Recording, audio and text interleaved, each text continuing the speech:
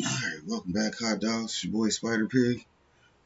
We're gonna do an X-Men video today, so let's get straight to it, right?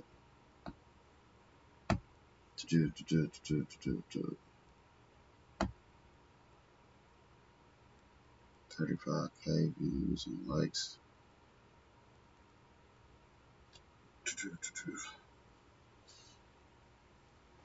Welcome back to New Rockstars. I'm Eric Boss, and Deadpool 3 will almost certainly include Patrick Stewart, Charles Xavier, according to an interview with Patrick Stewart by the always inquisitive Josh Horowitz on his Happy Sad Confused podcast. But what will that cameo look like, and what reason do we have for this role to be more involved than his, well, in his words, disappointing cameo in Doctor Strange in the Multiverse of Madness? In this video, I'm going to break down how it's not the X-Men movies that will be the most center in Deadpool 3's crosshairs, but rather Marvel's own multiverse saga prologue in Multiverse of Madness, as this film seeks to satirize and crystallize any of the perceived stumbles as Marvel Studios has rolled out its latest phase. Now, it seems like Deadpool 3 will be the biggest movie of 2024, and to catch you up on this X-Men history, starting this Monday, January 8th, New Rockstars will be releasing weekly in-depth breakdowns of the Fox X-Men films, all 13 of these films from 2000 to 2020 in our X-Men Snick Rewatch series. So on Monday, I will be revisiting the very first X-Men film to break down new details that have only now emerged and what exactly from this film Kevin Feige wants to bring back in the MCU in this upcoming Mutant Homecoming. Okay, Professor X, let's talk about him. Late last year, I broke down the 23 cameos that have either been confirmed or speculated to appear in Deadpool 3, and Patrick Stewart was definitely on that list because late last year on February 9th, 2023, Patrick Stewart told comicbook.com about Deadpool 3, "I've been told to stand by. I know nothing more than that, honest." And then this week, the great Josh Horowitz interviewed Patrick Stewart for the Happy Sad Confused show and asked him about playing Charles Xavier. I also, of course, want to mention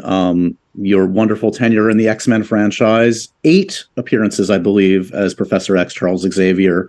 Patrick, do you know how many times you died in the X-Men series? Of those 8 appearances, do you know how many times Charles died? No. 4. That is a horrible ratio. You died 50% of the movies you appeared in. I don't know what does that say, Patrick? I don't know. I don't know. But I do now have every confidence that he's still around. On the X-Men front, I would be shocked if your buddy, Hugh Jackman, who is returning in Deadpool 3, one of his first phone calls was not to you, Patrick. I'm going to guess I might see Patrick Stewart in a Deadpool Wolverine movie. It has come up.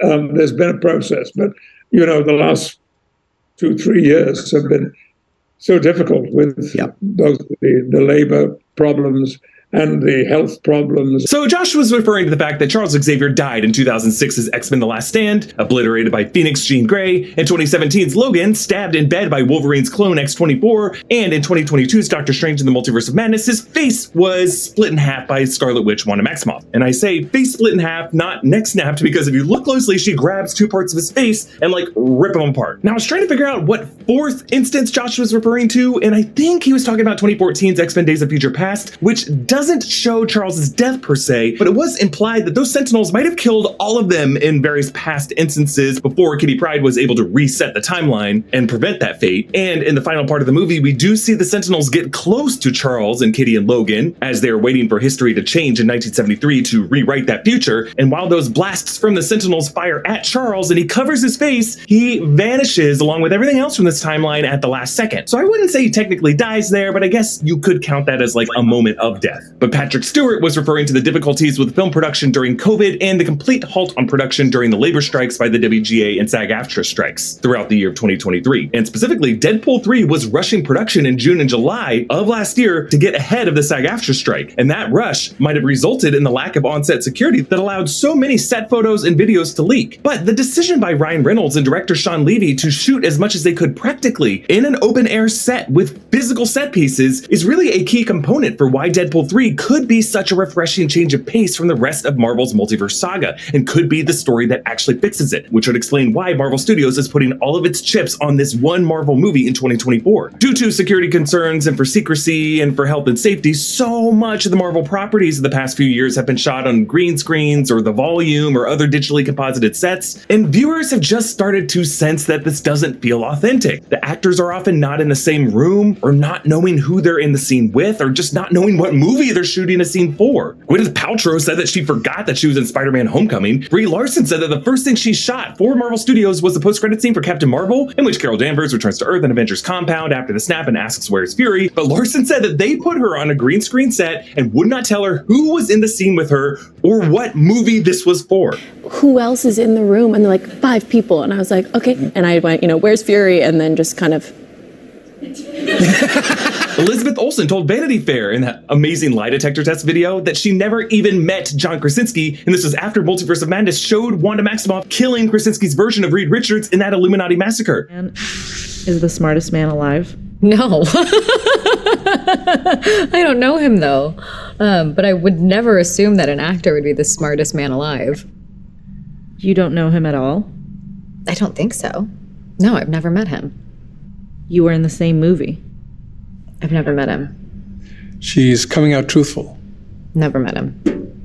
And he's already told me that I've lied a couple of times. I've never met that man. I've met his wife.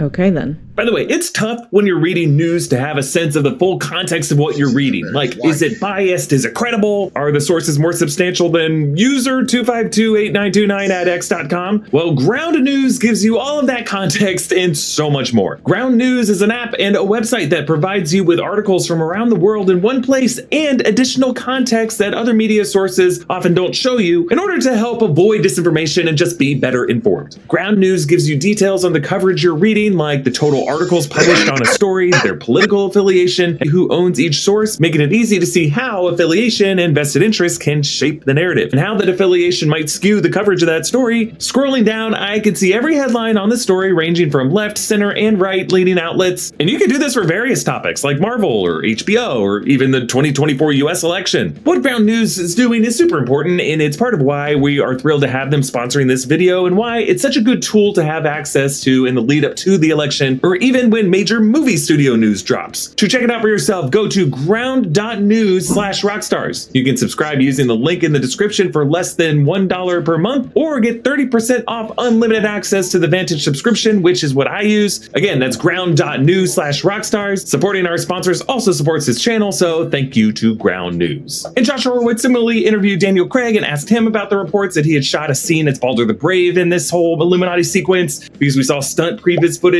that showed Balder the Brave dead, and we saw Daniel Craig's face clearly in concept art for Balder the Brave, but apparently this was removed from the film. Have you ever heard of the character Balder the Brave? No. There was a report, Daniel, Yes. that you were going to be in Doctor Strange. I believe it, wasn't it? Don't you hide behind that mug, Daniel Craig. I know what you're talking about. So naturally, Josh asked Patrick Stewart what it was like to shoot that sequence in Multiverse of Madness. There's nothing sentimental about the way they dispatched you in the Doctor Strange movie. I've talked to a lot of the actors that were doing the Multiverse of Madness movie. That was a very interesting production. I'm just curious, like, were you alone? Like, were you with the other actors? Do you remember, like, the circumstances of that? I was alone. You were alone. That's what I thought. The magic of movie making. I think that the big scene, I think each one of the leading actors had the same experience. They were shot on their own. Yeah, that's what I've heard from.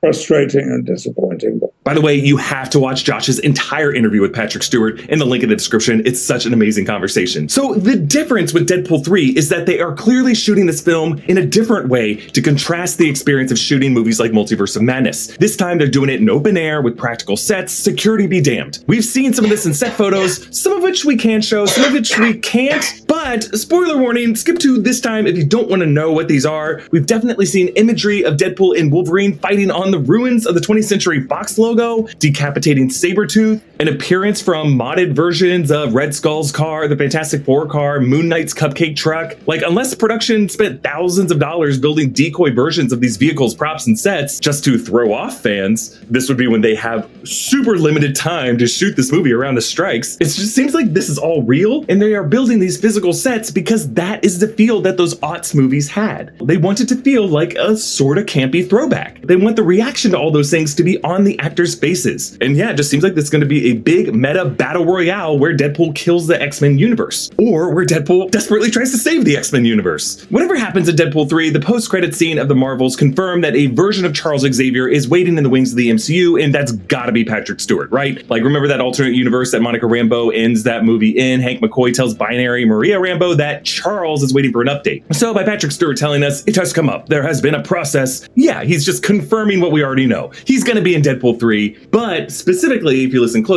it sounds like this is an appearance he has not shot yet. There have been some unconfirmed rumors that the villain character that Emma Corrin is playing is Cassandra Nova, Charles Xavier's evil twin from the womb who tried to strangle him, but like baby Charles defeated her with a psychic blast, but she survived and she came back to get him later on in life. I doubt that Deadpool 3 would kill off Charles Xavier yet again, especially since Patrick Stewart considered his experience of Multiverse of Madness to be, quote, frustrating and disappointing. So to have Charles get killed again by like a long-lost evil twin sister or by Deadpool goofing around, I think that would just feel like something we've seen before. That's why I think the bloodbath in Deadpool 3 is going to be presented as a kind of parody of the massacre in Multiverse of Madness. Something that is so bloody and could only have happened if all these actors were actually in the same place at the same time. And in this instance, I think Wade Wilson is actually going to try to prevent these killings, to do everything in his power to protect Charles Xavier, even to the point of losing his own limbs and spraying Professor X in his blood. Like, maybe unwillingly at first. Because we need Wade to answer for all the times he has dissed Patrick Stewart's version of Professor X in the past Deadpool films. Let us go talk to the professor. McAvoy or Stewart? These timelines are so confusing. The day I decided to become a crime-fighting shit-swizzler who rooms with a bunch of other little whiners at the Neverland mansion of some creepy, old, bald, Heaven's Gate-looking mother. On that day, I'll send your shiny happy ass a friend request. To me, Charles Xavier being immune to Wade's snark and telepathically chatting with Wade inside his mind while he's using Wade's body as a human shield would just be the best way to redeem all the times these films have made the character die. I'm so excited for you to join us for our upcoming X-Men Stick Rewatch series. The first video is coming on Monday. The best way to support new rock stars and everything we're doing is to grab some merch over at nerdride.shop. You can follow me on all social platforms at EAVOS. Subscribe to all 3 channels on the New Rockstars Network. Thanks for watching, and I'll see you next time. Bye. They got 3 channels over there. Fucking hanging out. Some good this should be though. Keep them going, right? Shout out to that big homie Triple B, aka Bear Miller.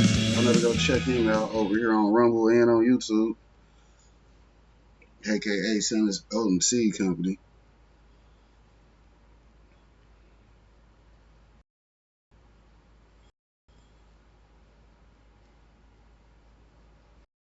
What's going on, guys? This is Rob, and the X-Men are officially declaring war on humanity, and the ending of this is crazy because this is the fall of the House of X, essentially the official beginning of the end. So what this does here is this picks up with Cyclops, right? He says, I have this recurring dream, and I know it's just a dream, but it feels real. I'm being dragged into an angry town. I don't know what I did to deserve the hangman. Maybe deserving's got nothing to do with it. Maybe it's just fate. And he says, I get to say my piece, but it matters not.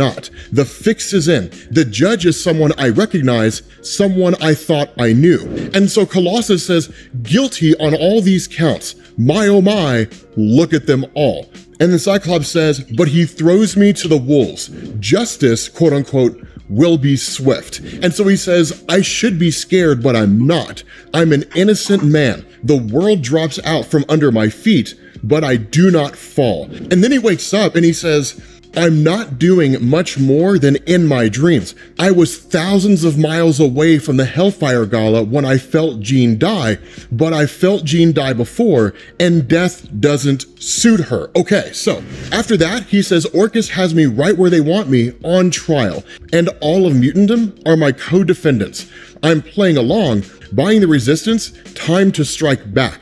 What makes the Orcus threat so insidious is the way they made everyone cheer at our suffering. Humans like their symbolism. This is Paris, where they tried Magneto. This time, the trial will go their way, but the war will not. Okay, let's get you guys caught up on what's happening here. So, those of you guys who have been following our coverage of Fall of X, you guys are totally aware of what's going on, right? You guys already know what's happening. This is for people who don't know, who are clicking on this for the first time. Orcus is a governmental organization composed of guys from Hydra, Advanced Idea Mechanics, former SHIELD agents, and it's staunchly anti-mutant. It launched an attack against the mutant population during what's called the Hellfire Gala, basically an annual event where the entirety of the mutant population chooses a new X-Men team to represent them. It happens every year, so the team changes every year. During the most recent Hellfire Gala, Orcus launched a strike against the mutant population and scattered them to the wind. Those who remained on Earth were consistently being hunted, attacked, and even killed. And Cyclops himself was captured by Orcus, his eyes were sewn shut, and he was held as a prisoner. The rest of everything that happened will kind of fill you in along the way. So that's why Cyclops is here. He's officially being put on trial, but even he recognizes it's a kangaroo court. And so at that point, you basically switch over to Colossus and Wolverine, two members from X-Force, right? And what we're told is that the Krakoan Age was remarkable for the advancement in mutant technology. By combining their powers into circuits, the mutants formed a nation that was carbon negative and spanned several worlds. There was a consensus among historians that the primordial circuit in mutant technology was the quote-unquote fastball special, the name of the physical attack where Colossus hits Wolverine with uncanny accuracy at a target. Now, to specify the statement about it spanning several worlds, again, people who are familiar with Fall of X know what's going on. There was a point where a portion of the mutant population, which we don't have to go into specifics, you can check out the playlist to get the details on it, in effect, had taken up residence on Mars. And so mutants now lived on both Mars and Earth. So that's what they're talking about when they say it spans several worlds. Influence spanned even more worlds than that. But we kind of pick up here with Colossus and Wolverine once they're in the sewers, right? We're told in the dark days following the third Hellfire Gala, Colossus and Logan were infiltrating the sewers under the Paris courthouse, and their dark moods led them to invert the fastball special, though they were having a difficult time coming up with a name for it. And literally this guy, right, just like this agent of Orcus who tries to shoot Colossus because the guy's an idiot and has no idea that Colossus has osmium metal skin, which you can't shoot with laser guns and photon torpedoes. So like he just throws this guy like a piñata, and Wolverine just like slashes this dude. It's kind of a cool thing, right? Instead of it being the fastball special where Colossus throws Wolverine, it's like the piñata special where Colossus throws an enemy at Wolverine and then Wolverine kills him. I kind of love it. That's one of the things you guys are going to notice. The X-Men just start massacring everybody, right? I mean, like they don't care. Like they stop pulling punches. It's crazy. So what Wolverine says, of course, right? Like, that's a terrible name, Pete. I thought the Russians were poets. There's a little bit of back and forth here. And Colossus talks about how he's not really feeling very poetic. Now, this was part of Fall of X, and it was part of the X-Force story that just kind of fizzled out and seemingly went nowhere. But in effect, Colossus has a brother named Rasputin. And what Rasputin had done is he had basically secured the abilities of a mutant who has the power to make anybody do anything as long as this guy writes it down. And what he did is he used his powers to force Colossus to turn against the X-Force team, right? Basically turn against the mutant population. And so Colossus is still just kind of, one, feeling guilty about that, but two, pissed off about it. Now Rasputin and those guys have been dealt with. Now it's just turning all that anger and all that rage to Orcus. And I gotta tell you guys, man, unless you've been a long-time reader of Marvel Comics, watching Colossus be pissed off, son, it is a sight to behold. I mean, this guy almost never loses his temper, but when he does, Katie bar the door. This guy, man, This dude knows how to let loose. But the thing about this is that we pick back up with Cyclops again as he's being held within just like an interrogation room.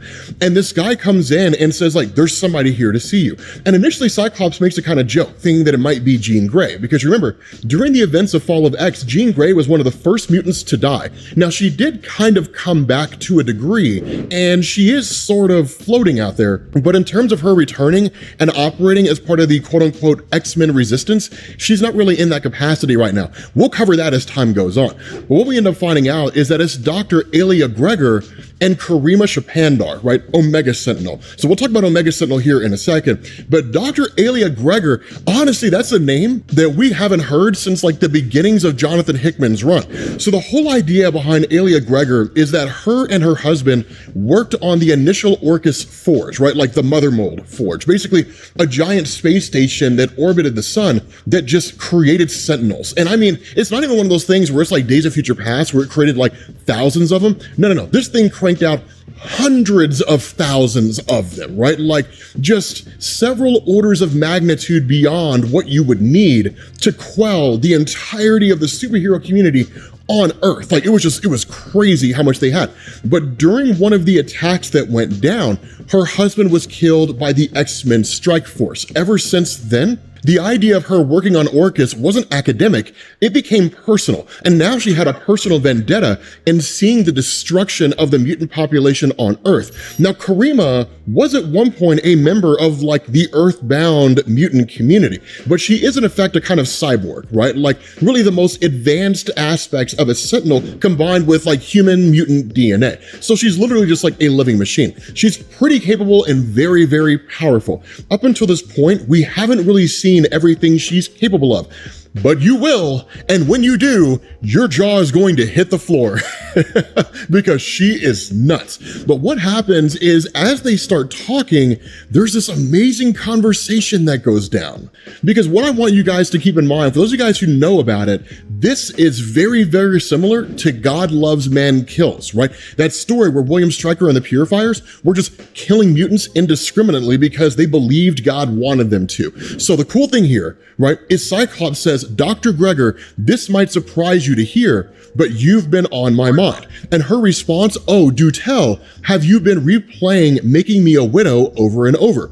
And his response, no, I have no memory of leading the assault on your mother mold. I've been thinking about the price of war. And she says, some of us paid more than others. Now, the reason why Cyclops doesn't remember it is because Cyclops died in that initial attack. And one of the things that mutants, for those of you guys who didn't really follow the X-Men mythos, one of the things that mutants were able to do is they were able to resurrect their own. The difference is that when a person was resurrected, you could choose what memories they kept. And in fact, you could even modify their powers if you wanted to. So it was really less resurrection and more just purely God creation. But what ended up happening here is when Cyclops was brought back, his memories of the strike were removed. And so because of that, he doesn't recall anything that went down. So again, like she knows it took place and him just saying, I don't remember, doesn't really make any difference.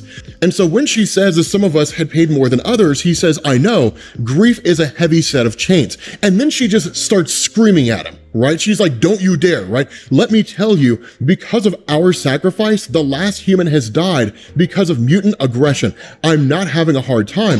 Don't pretend to know me. And that's where he tells her, well, it's my mistake. I thought I smelled a whiff of bourbon on your coffee. And so he says, if not to discuss the war, why are you here? And why is Omega Sentinel accompanying you? And so she responds and she says, we're here because I wanted to see you, to tell you that I lost a battle and a husband, but I won the war. And his response, I think you came here for something else, a human interaction with a man experiencing his own profound grief. And he says, and what happens after when the last mutant is dead under your heels? And she says, I'm not sure. I suppose mankind exhales and lives happily ever after. And in turn, Cyclops smiles, and she thinks that he's smiling at her. And she's like, why do you find that funny? And he's like, my question wasn't for you, Dr. Gregor. And that's when Omega Sentinel says, we should leave. Because here's the thing to understand, right?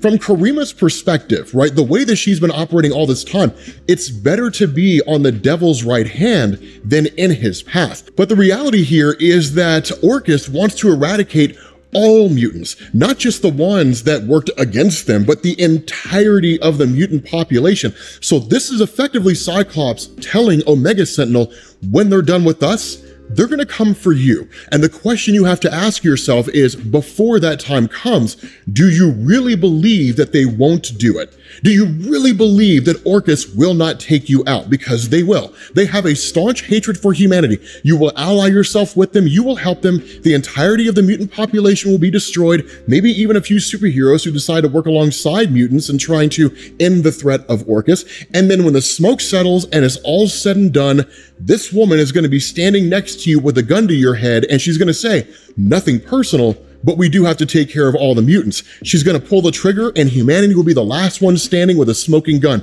So do you really want to be on the business end of a weapon pointed at your face? So it's a really, really smart kind of maneuver, because what it does is it sows the seeds of doubt. It sows in this idea that now she's potentially paranoid. And so what we end up doing is we switch back over to Krakoa and to Xavier. Now, Professor Xavier, for those of you guys who weren't following Fall of X, this guy largely just remained on Krakoa. Part of it was just guilt over the fact that when Orcus initially launched the attack, what they did is they told Professor Xavier, if you do not tell every mutant on this island to go through the Krakoan gateways, basically portals, and leave like the entirety of planet Earth, we will wipe out all of them right now. And so Xavier did that, right? Thinking they were going to some kind of a safe haven. But once they left, he was no longer able to detect their presence anywhere, right? And presumably his powers had extended far enough to Mars. And the belief is that that's where they had gone, potentially somewhere else. But using his abilities, he wasn't able to sense their presence at all, because there is a kind of technology that is ingrained and built into mutants to where he can detect their presence anywhere in seemingly the known universe, or like anywhere the Krakoan gates can go to. And so because of that, he's been operating all this time under the belief that the mutants he sent away are dead. The reality is they're not. And that's one of the things that we learned about Fall of X. An army of mutants, 250,000 strong, is just waiting out there to be recalled back to Earth. It's crazy. So what ends up happening is this guy just lashes out, right? No more. And he says, it's time. And so what he does is he contacts Rasputin 4. Now, again, for those of you guys who hadn't really picked up with everything, Rasputin 4 was from an alternate timeline called Sins of Sinister. The story was not that great. It's not overly important. The thing about Rasputin 4, though, is that she is a mutant that actually has a variety of powers under herself. She can make herself intangible like Kitty Pryde. She has the skin of Colossus. I think she can teleport like Nightcrawler. I don't remember all her abilities, but she has like 4 or 5 different abilities of X-Men. So she's literally a one-woman army. Like, this woman could take down a whole group of Orcus Sentinels by herself. It's just how capable she is. But you have Xavier who contacts her. He says, Rasputin 4, I have need of you. And she says, but I'm above the courthouse. I have a critical role in the rescue mission for Cyclops. And the response of Xavier, I know you have been trying to split your time between our work and the X-Men. I promise you, we can save them all, but only if you join right now. And he says, you must trust me. We can fix everything. And she says, very well, and flies away, right? She literally leaves Colossus and Wolverine to their fate. She was supposed to be the one to get him out, and that Wolverine and Colossus were going to be rescued at the same time, because they were kind of the rescue mission, which, truth to tell, are about 2 of the best people you could have try to break you out. One guy with nearly indestructible skin, and one dude with an indestructible skeleton and a healing factor who literally can't die. So like, it would have been amazing if we'd gotten to see that prison break, but what ends up happening is that when they contact Rasputin, she's nowhere to be found. Literally, she doesn't answer because she's gone. And then Wolverine, sniffing things out, realizes soldiers are coming, right? He's like, Cordite, something else big and heavy rumbling towards us. Orcus soldiers bust through the sewer wall with an electromagnet, pin both of these guys to the wall, right? So literally it's one of the smartest things they could have done. Both these guys are stuck to the wall. And then one of them just like runs up on Wolverine and is like for humanity and blasts this dude with a flamethrower. And so seemingly these guys are stuck. These guys are pinned, but then rescue comes from the most unlikely of places, ladies and gentlemen. Nightcrawler! Nightcrawler teleports in, right? Takes out all these guards, rescues Wolverine, and then at that point, that's when you know that things are about to get dark. Because it's not one of these things where Wolverine and Colossus scare these guys. No, they start killing them. Like they just start massacring these guys.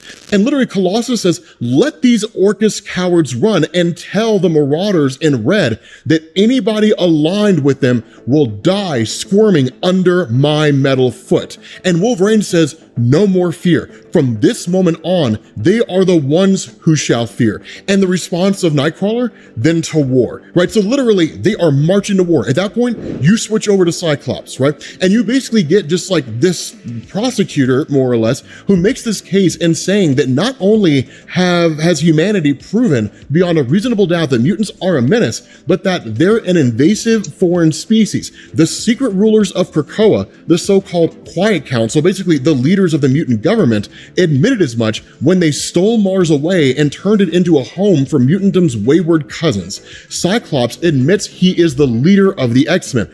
All these crimes stem from his poisoned fruit. The prosecution rests your honor. Literally, all the prosecution does is they show up and say, those guys are dicks. You know it, I know it. We rest our case. And so in return, the judge is like, the defense may begin. And that's when Cyclops is like, it's a kangaroo court. The fix is in, right? The jig is up. Like, it's just one of those things where like he knew he was never going to get a fair trial. And that was never going to happen, right? Like he knew that he was going to be found guilty by humanity. It's just rigged. And no one's going to say anything because humanity wants to see the mutants prosecuted, right? So that's one of the things. Corruption is only ever a problem when people disagree with it. When people agree with it, well, I mean, that's just kind of how it goes sometimes. So that's one of the crazy things that's taking place here, because he says, I will offer no defense, Your Honor. I'm not dignifying any of that nonsense with the response.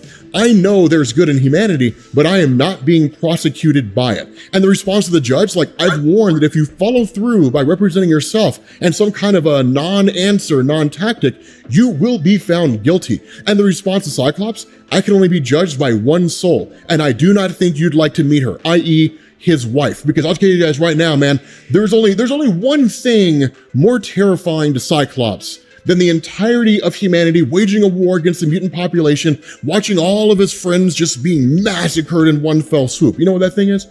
A pissed off wife. The one thing every man fears. So in response to this, we basically jump over to Orcus, who are just kind of celebrating everything that's going on with the idea of the mutant population being found guilty. But notice this, right? Karima's watching. She's watching it all. And while she doesn't make a particular move per se, what she does do is she tells Nimrod to go kill the island of Krakoa. Because remember, the island of Krakoa is a sentient island, right? It's one of the things they did in Sins of Sinister. They literally fired Juggernaut through his head, I think, and then in turn just like lobotomized him, right? And so this really appears more of a trap than anything else. We don't know that it is because we don't really know what Karima's thinking. We just kind of have to interpret it. But assuming that she knew everything that was going on, when she sends Nimrod, the ultimate sentinel, to this place, literally Krakoa just spits amber all over this guy and it freezes him in place. At that point, Krakoa as the island stands up out of the ground and it imprisons Nimrod down in the pit. Now, for those of you guys who don't know, the pit is a place on Krakoa, which is almost kind of like an other dimensional realm. When you're sent there, there's seemingly no way to get back. The only way to get out is to do what Sabretooth did, was to actually make your kind of essence part of the pit itself, and then you can control it, which we do need to go back and finish covering that Sabretooth story because it was amazing. Sabretooth, oh dude, it was so good. That Sabretooth story was dope. But in the face of the fact that Nimrod tried to destroy it, Krakoa comes to the realization quick, fast, and in a hurry, there's going to be more, right? Once they realize that like Nimrod is disabled, they're either going to send another one, which they don't really have one as capable as this one, or they're just going to send an army of sentinels to destroy this thing. So this guy jumps up, right? Leaps out of the island itself, and then just like goes down into the water. At that point, you have Dr. Alia, right? Who jumps in with basically these sentinels, right? The Stark sentinels Sentinels that were being used by Orcus, right? Basically, just because of the fact that Fei Long in the Iron Man comics had basically taken over Tony Stark's company. Fei Long working with Orcus allowed them to access Sentinels that were built using Stark tech.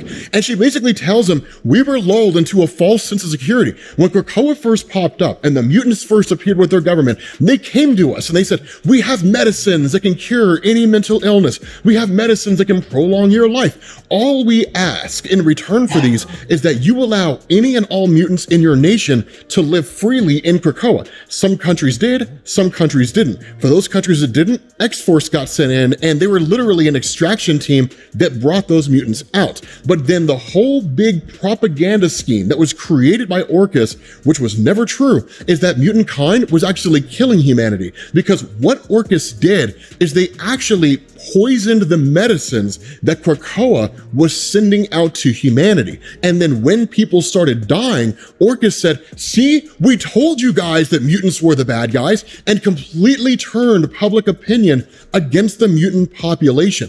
And so what she's doing now is she's building on that, right? She's like, Krakoa has been proven to be an invasive alien species, and Orcus is pulling it from the Earth's garden. And she literally tells them, this will not be pleasant. This is a war against the mutant population. There will be collateral damage. But unfortunately, in every conflict, there is. So stay with us. We know it will be rough, but at the end of the day, humanity will prevail. Freedom will prevail. So it's just one of these things where it's just so pro-human. And because public opinion is so anti-mutant, they can get away with it. Now for Kitty Pryde and for Wolverine and for Colossus, they're actually rescued and brought in by Rogue and Gambit, who have just kind of been out there doing their own respective things. But the questions asked by Gambit, what happened to Iron Man's big plan? The Mysterium armor that he was supposed to have and all that kind of stuff. Because I know a lot of you guys are probably asking that question, right? The response of Kitty Pryde, he's executing it right now. We were not ready for the invasion yet, but it's all falling apart. We have to go now. We're over London. There are several gates I can use to rally the troops. They drop her out. Now, the Iron Man tie-ins are coming out. That's actually continuing this month. So like all that stuff is going to tie directly into the fall of the House of X. But Kitty Pryde dropping through the Krakoan gates, because for reasons that still haven't been fully explained, she's the only one who can. The gates are closed to mutants. Mutants cannot use the Krakoan gates. I probably should have specified that earlier, but Kitty Pryde can. Using her access to the gates, she rallies the troops, right? She literally goes to like Iron Man and Emma Frost, right? Who are basically masquerading as a married couple. Make sure you guys check the Follow X playlist to get caught up on that, because I know some of you guys are probably like, wait, what? Yeah, so make sure you check that out because it's dope. The Iron Man tie-in is the best story part of Fall of X. It's phenomenal. But nonetheless, right, she goes to those guys and it's like Mysterium armor. Now, she goes to Juggernaut and it was like, you gotta be unstoppable, man. Like she's literally just rallying everybody she can. She goes to Kamala Khan for some reason, it doesn't make any sense. And then she goes to like the rest of the Avengers, right? Basically grabbing everyone she can where she can. Now, a lot of that's because under Captain America and the Uncanny Avengers, that team works directly alongside the mutants, not publicly, but privately. Because if the Avengers are seen working alongside the mutant population, then public opinion will turn against the Avengers. So it's one of those things where it's like, we can help you, but we can't let people know we're actually doing it. They're putting skin in the game. Right? I mean, it's not to say that they're just being lazy and, you know, just being like, I mean, we can feed you information, but I mean, look, you know, we got no dog in this fight. No. They're putting skin in the game. But what you end up doing is you have Kitty Pryde, who goes to Lorna Dane, also known as Polaris, the daughter of Magneto, because in the face of Magneto's death during Judgment Day, no one has control over the electromagnetic spectrum anywhere near what he does. And while Polaris is powerful, she's really inconsistent. There's been stories where she's been shown to be able to overpower Magneto, and there's been stories where she's been shown to be less powerful than Magneto. So really, it's only a matter of time to know what's going to happen here. But what this does, right, as we wind down this story, what this does is it switches out to a space station called Nowhere. It is not the Guardians of the Galaxy. Getting that right out of the way right now, right? On the far side of Jupiter, within a decapitated celestial head, an ancient evil lurks. The Brood are the most hated parasites in the universe. And we were told not long ago, they fell under the control of a mutant named Brew. Brew was a member of the Brew race who was a mutant, but resided on Earth. Jean Grey saved his life. And in the absence of Brood leadership, anybody leading this race, Brew stepped up and took their place. To give you guys perspective on what this means, because Lorna Dane shows up here, right? She says, Jean is dead, Brew. Those of us who live, we resist. Are you ready to go to war? The response of Brew, yes, Jean saved me, saved these Brood. And the response of Polaris is, then to war. To give you guys perspective of what this means, imagine that the mutant population had under its control the xenomorphs from the Alien film. And imagine they unleashed the entire race of those things on Earth. God only knows what's gonna happen, which we'll find out later. With that being said, guys, we're gonna bring this to an end. If you guys need to get caught up on Fall of X, make sure you guys click this link to the playlist, and I will catch you all later. Peace.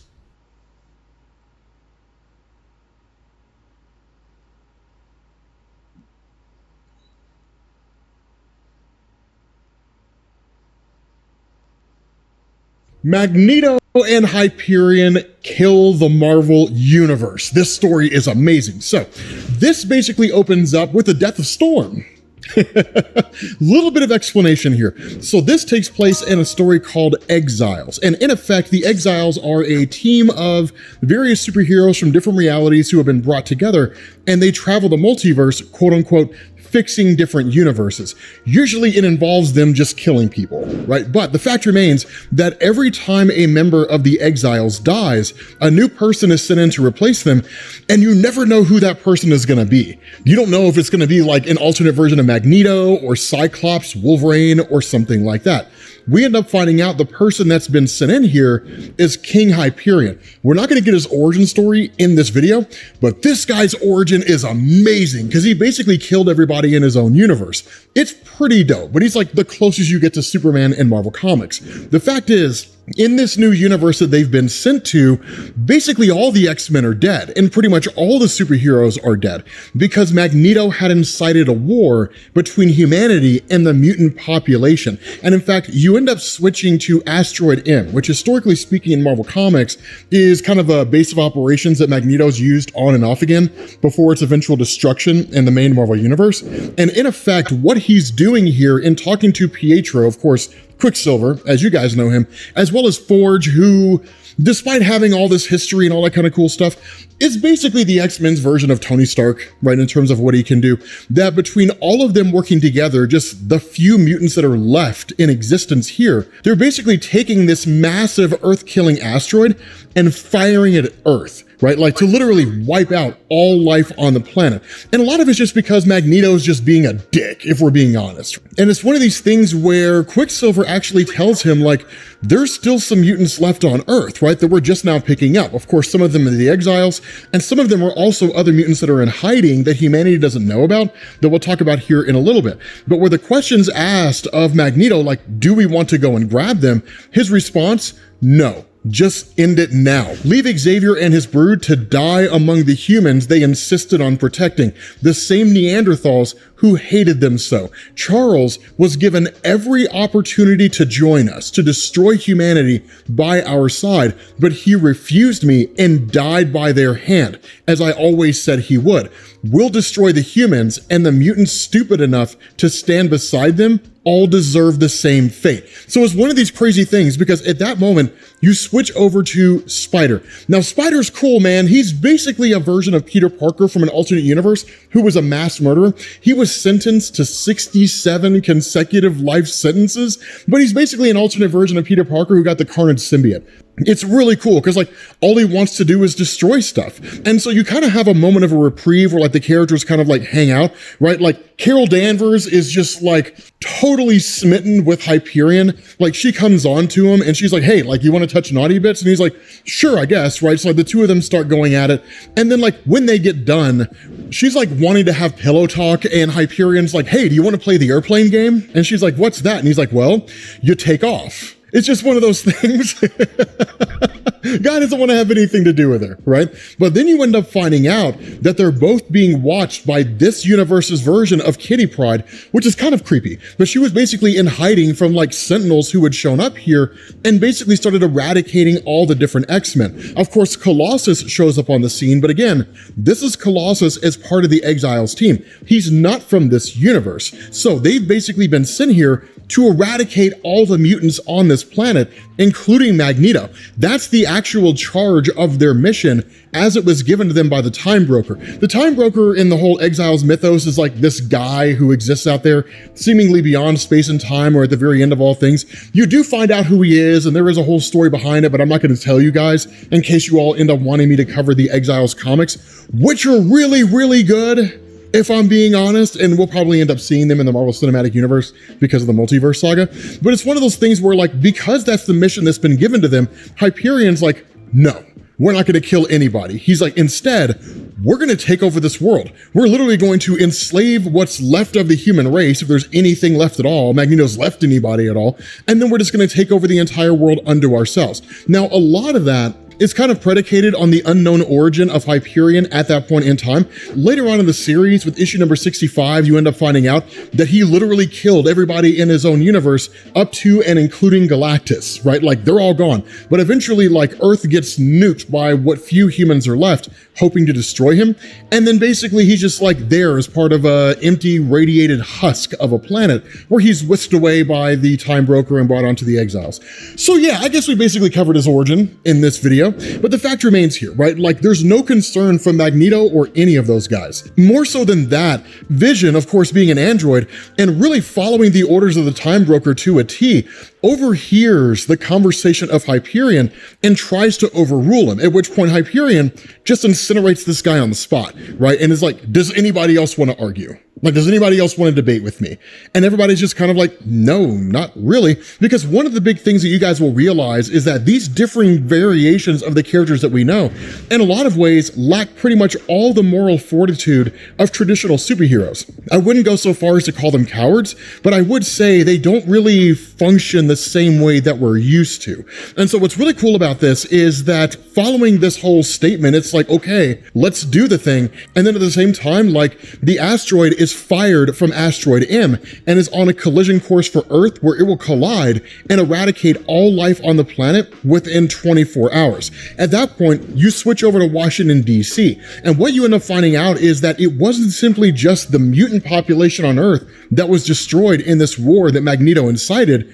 It was also like pretty much all the Avengers. Iron Man's dead, Ant-Man's dead, Daredevil's dead, presumably Black Bolt's dead because he and humans suck. I mean, why wouldn't they die? But the fact is, like, all these different superheroes have all been killed off. But then you have a guy who just comes running in, talking to like the higher ups in Washington, and it's like, okay, Magneto did it. He fired the asteroid. We've got 24 hours. While that's going on, you transition to the Pentagon, and you end up finding out that the Sentinel program is alive and well. And while the Sentinels were responsible for destroying a good portion of the superheroes on Earth, they don't currently have a way to get to Magneto on asteroid M. So they're basically building a sort of spaceborne prototype of Sentinel that can get to asteroid M and then basically either obliterate the asteroid itself because Magneto can't really breathe in space for too long, certainly not enough to get himself back to Earth, or they can somehow use their non-metallic properties to invade the asteroid and then destroy Magneto. The kicker about all this is that you have Hyperion and his guys who show up at the Pentagon and just start incinerating and blasting all these Sentinels to pieces. They literally come out of nowhere, right? Now, Carol Danvers, ever smitten with Hyperion, right, and just unable to take a hint, is just like following him around like a lost puppy dog. And so like she's getting attacked by these Sentinels and she's like, hey, like, can you help me for a second? And he's just like, I'm busy. I've got more important things to do than deal with the whims and wants of a girl who can't take a hint and does not realize she's not Mrs. Right. She's just Mrs. Right now. And so it's one of those things where he's just kind of like, whatever. So like he ends up just letting these Sentinels attack her, which of course it doesn't kill Carol Danvers, but what he does do is he hits the main core, and that actually shuts down all the Sentinels. Then he chastises Carol Danvers, right? And he's just like, you need to learn to think bigger, right? Like the reality here is, sure, I could have gone after those Sentinels that were attacking you, but by attacking the main core, their power source is gone. They can't function anymore, which includes the ones that are attacking you. So literally Sentinels just start falling out of the sky. Now, the government doesn't know what to do in response to this. They have no clue what's going on. Even the X-Men, or I guess the Exiles, don't really even know what's going on. But they do come to the realization quite readily that Hyperion did exactly what he said he was going to do, which was basically eliminate the entirety of the Sentinel threat. Because one of the things to keep in mind here is that with this future or this universe functioning the way that it is, it really would just turn into Days of Future Past, where the Sentinels themselves become self-aware, and then they in turn just start mass producing themselves by thousands, right? Some base 10 number, right? 20,000 Sentinels, or, 1 million Sentinels that just exist across the world, where the numbers are just too overwhelming for any superheroes that may be left.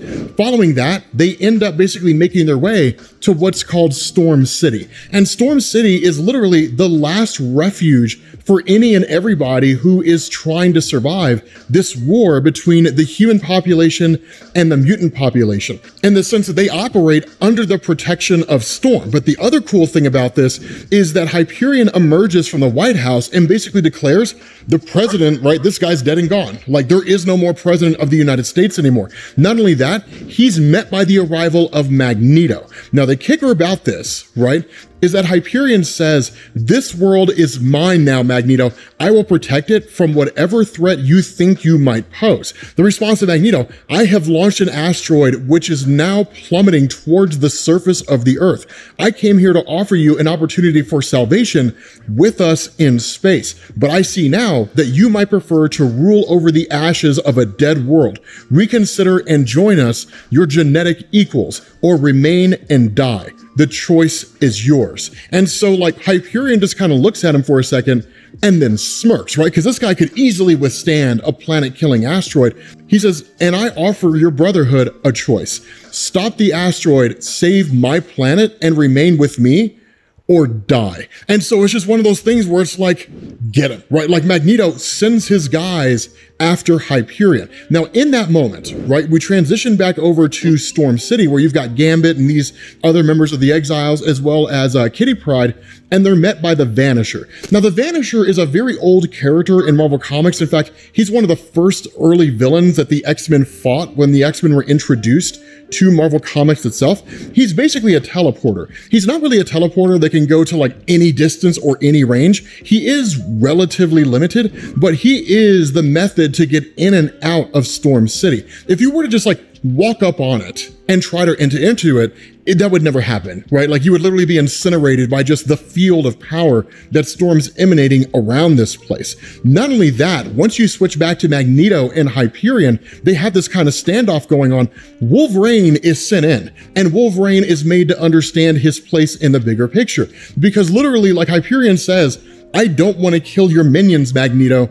I just want to kill you. And Wolverine's just like, the road to him leads through me. The response of Hyperion, fine. And he just incinerates Wolverine on the spot. And Magneto is just kind of a little flabbergasted. Mystique doesn't know what to say because she's just like, dude, that guy was indestructible. And so Magneto's just like, attack him, right? Like, Rogue, Iceman, deal with this guy. And they're just kind of like, I mean, look, I mean, this dude killed Wolverine. And here's the thing, man, like, reconsider, right? I mean, let's stop the asteroid and then we can rule the world, right? I mean, that kind of a thing, right? So like, they're basically just kind of like, I'm not fighting that guy, right? Like that's not going to happen. And so literally the forces of Magneto are just kind of dissipating and disappearing around him, right? Mystique is seemingly the only one left. So the response of Hyperion, stop the asteroid or I will implode your head. And Magneto's response is to lash out at Hyperion. And so literally in this moment, he says, I will tear your heart out.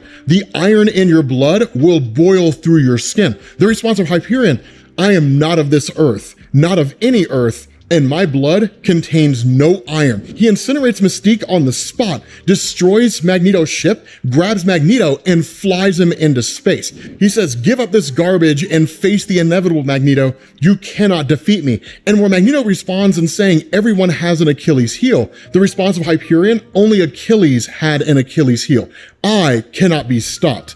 And so he just tells him, like, stop this asteroid and maybe I'll care what you have to say. But Magneto refuses, right? He just declines the offer. He will not stop the asteroid. Even when Hyperion says, stop the asteroid, Magneto, or I'll toss your pieces across the globe, Magneto just says no. And so Hyperion kills him on the spot. And then at that point, it's just Hyperion facing this asteroid as this thing comes crashing into Earth. Now, jumping back to Storm City in Colorado, when the Exiles show up, Storm immediately just kisses Gambit, just because of the fact that in this reality, Storm and Gambit were basically in love. This is an alternate version of that Gambit, but still, she wasn't really able to say goodbye to her Gambit, so it kind of helps her to get past this as best she can. More so than that, the whole idea of like the asteroid heading towards Earth, in a lot of ways, Storm just doesn't want to leave. And the reason why is because she promised the people here safety. And the reality is she can't get them all off of this place. Even Vanisher is just like, I don't know if I have the ability to teleport all these people to Asteroid M in time in order for them to survive. There's a better than fair chance most are going to die here. And so Storm's response, then I will die with them, right? That's basically it.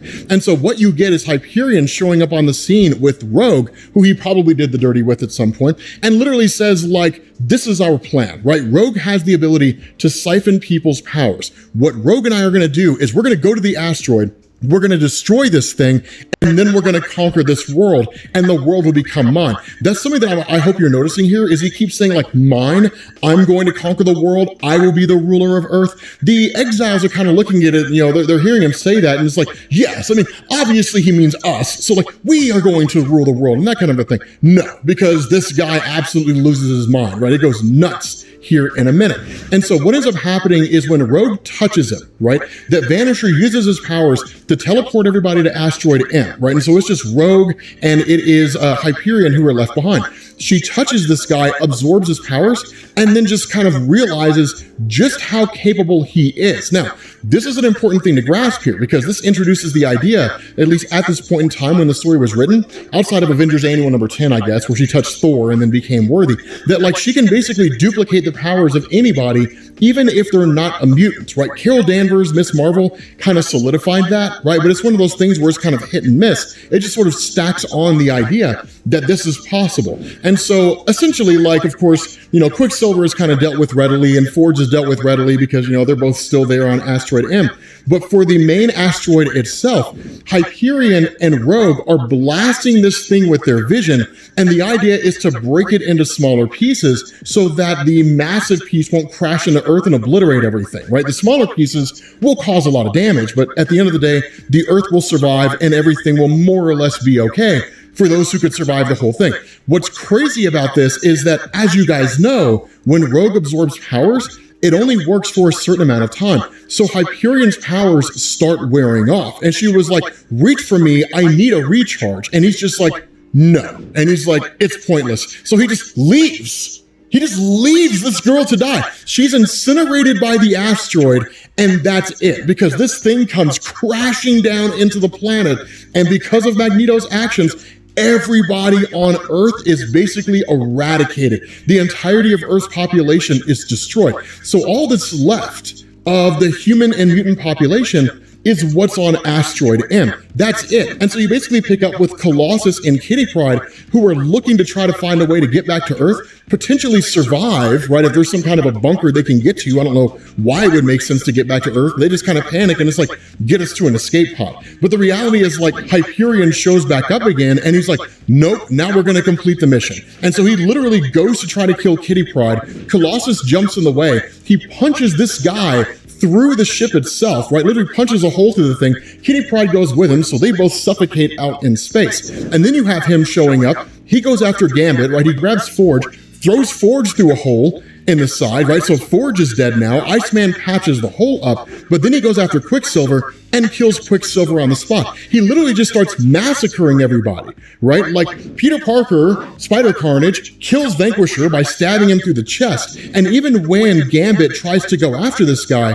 right, like him and Storm basically end up getting Vanisher out of there as fast as they can, because while he's not able to like teleport them to a whole different location, he is able to teleport them seemingly just out of the room. But in the midst of all that, the Incredible Hulk and Firestar from an alternate reality appear here. Now, contrary to what you might think, they're not here to fight Hyperion, or at least not yet. They're here because they're replacing the people who have died. The Colossus is dead and Vision is dead. And so they're here to take their places. And so it's one of those things where it's like, okay, now we basically deal with the mission, right? Like we start killing all the mutants that are left here. Now, what's crazy is because Storm's lost everything of value to her, she basically asked Gambit to help her end all her living, which he does, right? It's really more of a mercy thing than anything else, but it's done out of love, because while neither of them have spent any meaningful time together and neither of them are truly in love, this version of Gambit had fallen in love with a different version of Storm.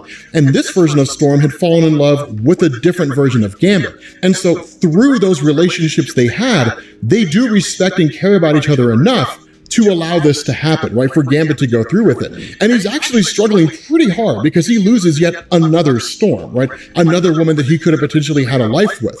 And then like Hyperion shows up and starts making fun of him while he's grieving. He was like, you know, I knew you'd come around, Gambit. You're just too sensible, man. It's pretty brutal, right? It's pretty hardcore. But because of the fact that they are working for the Time Brokers, that Gambit, along with everybody else, are teleported away to their next mission. Meanwhile, everybody who was here, all the humans on Earth, all the mutants that remained, they're all dead. Literally, because of the actions of Magneto, and by extension, the actions of Hyperion, the entirety of the Marvel Universe was killed. With that being said, guys, we're going to bring this to an end. Let me know what you think about Exiles down in the comments section, and I will catch you all later. Peace.